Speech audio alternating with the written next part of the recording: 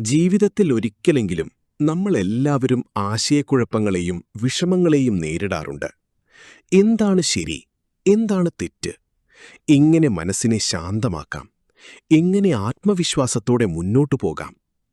ഇത്തരത്തിലുള്ള എല്ലാ ചോദ്യങ്ങൾക്കും ആയിരക്കണക്കിന് വർഷങ്ങൾക്ക് മുമ്പ് തന്നെ ഉത്തരം നൽകിയ മഹത്തായ ഗ്രന്ഥമാണ് ഭഗവത്ഗീത. ഈ വീഡിയോ സീരീസിലൂടെ നമുക്ക് ഭഗവത്ഗീതയെ ലളിതമായ ഭാഷയിൽ മനസ്സിലാക്കാം. ഓരോ അധ്യായത്തിലും ശ്രീകൃഷ്ണന്റെ മഹത്തായ ഉപദേശങ്ങൾ നമ്മുടെ ദിനചര്യയുമായി ബന്ധിപ്പിച്ചു പഠിക്കാം.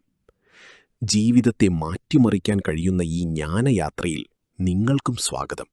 നമുക്കൊരുമിച്ച് ഭഗവത്ഗീതയെ മനസ്സിലാക്കാം. ഇതൊരു കഥ മാത്രമല്ല, ജീവിതത്തെ നയിക്കുന്ന ദൈവിക ജ്ഞാനമാണ്. ശ്രീമദ് ഭഗവത്ഗീത, ജീവിതത്തിന് ദിവ്യമാർഗദർശനം. ധർമ്മത്തിന്റെയും ആത്മജ്ഞാനത്തിന്റെയും അമൂല്യനിധിയായ ശ്രീമദ് ഭഗവത്ഗീത.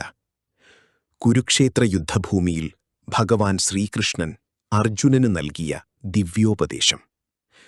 മനുഷ്യജീവിതത്തിന്റെ അർത്ഥവും കർമ്മത്തിന്റെ മഹത്വവും ആത്മശാന്തിയിലേക്കുള്ള വഴിയും ഗീത നമ്മെ പഠിപ്പിക്കുന്നു. ആയിരക്കണക്കിന് വർഷങ്ങൾ പിന്നിട്ടിട്ടും ഇന്നും ഓരോ മനുഷ്യന്റെയും ജീവിതത്തെ പ്രകാശിപ്പിക്കുന്ന ആത്മീയ ദീപമാണ് ഭഗവത്ഗീത. ഇനി നമുക്ക് ഭഗവത്ഗീതയുടെ ആദ്യ അധ്യായത്തിലേക്ക് പ്രവേശിക്കാം. കുരുക്ഷേത്ര യുദ്ധം ആരംഭിക്കാൻ പോകുന്ന നിമിഷം പാണ്ഡവരും കൗരവരും നേർക്കുനേർ നിലകൊള്ളുന്നു. അർജുനൻ തന്റെ സ്വന്തം ബന്ധുക്കളെയും ഗുരുക്കന്മാരെയും സുഹൃത്തുക്കളെയും യുദ്ധഭൂമിയിൽ കാണുമ്പോൾ അവന്റെ മനസ്സ് ദുഃഖത്തിലും ആശയക്കുഴപ്പത്തിലും മുങ്ങുന്നു. അപ്പോൾ ഭഗവാൻ ശ്രീകൃഷ്ണൻ അർജുനനോട് ആത്മജ്ഞാനത്തിന്റെ അമൂല്യ സന്ദേശം നൽകുന്നു. അതാണ് ലോകപ്രശസ്തമായ ഭഗവത്ഗീത. ധൃതരാഷ്ട്രൗവാച ധർമ്മക്ഷേത്രേ കുരുക്ഷേത്രേ സമവേതായുയുത്സവഃ മാമകാഃ പാണ്ഡവാശ്ചൈവ കിമകുർവത സഞ്ജയ. ധൃതരാഷ്ട്രൻ ചോദിച്ചു, ധർമ്മഭൂമിയായ കുരുക്ഷേത്രത്തിൽ യുദ്ധത്തിനായി ഒന്നിച്ചുകൂടിയ എന്റെ പുത്രന്മാരും പാണ്ഡവരും എന്തു ചെയ്തു സഞ്ജയ?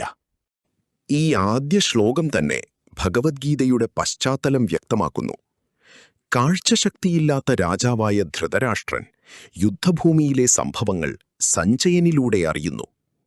ധർമ്മക്ഷേത്രം എന്ന പദം ഒരു യുദ്ധഭൂമി മാത്രമല്ല, ധർമ്മത്തിന്റെയും അധർമ്മത്തിന്റെയും പോരാട്ടത്തിന്റെ പ്രതീകവുമാണ്. ഇത് ഓരോ മനുഷ്യന്റെയും ഉള്ളിൽ നടക്കുന്ന ആത്മസംഘർഷത്തെയും സൂചിപ്പിക്കുന്നു. ഭഗവത്ഗീത വെറുമൊരു മതഗ്രന്ഥമല്ലേ, ജീവിതത്തെ ശരിയായ ദിശയിൽ നയിക്കുന്ന ദിവ്യജ്ഞാനമാണ്. ഇനി ഓരോ അധ്യായത്തിലൂടെയും ഓരോ ശ്ലോകത്തിലൂടെയും നമുക്ക് ഈ മഹത്തായ ജ്ഞാനയാത്ര തുടരാം. ഹരി ഓം.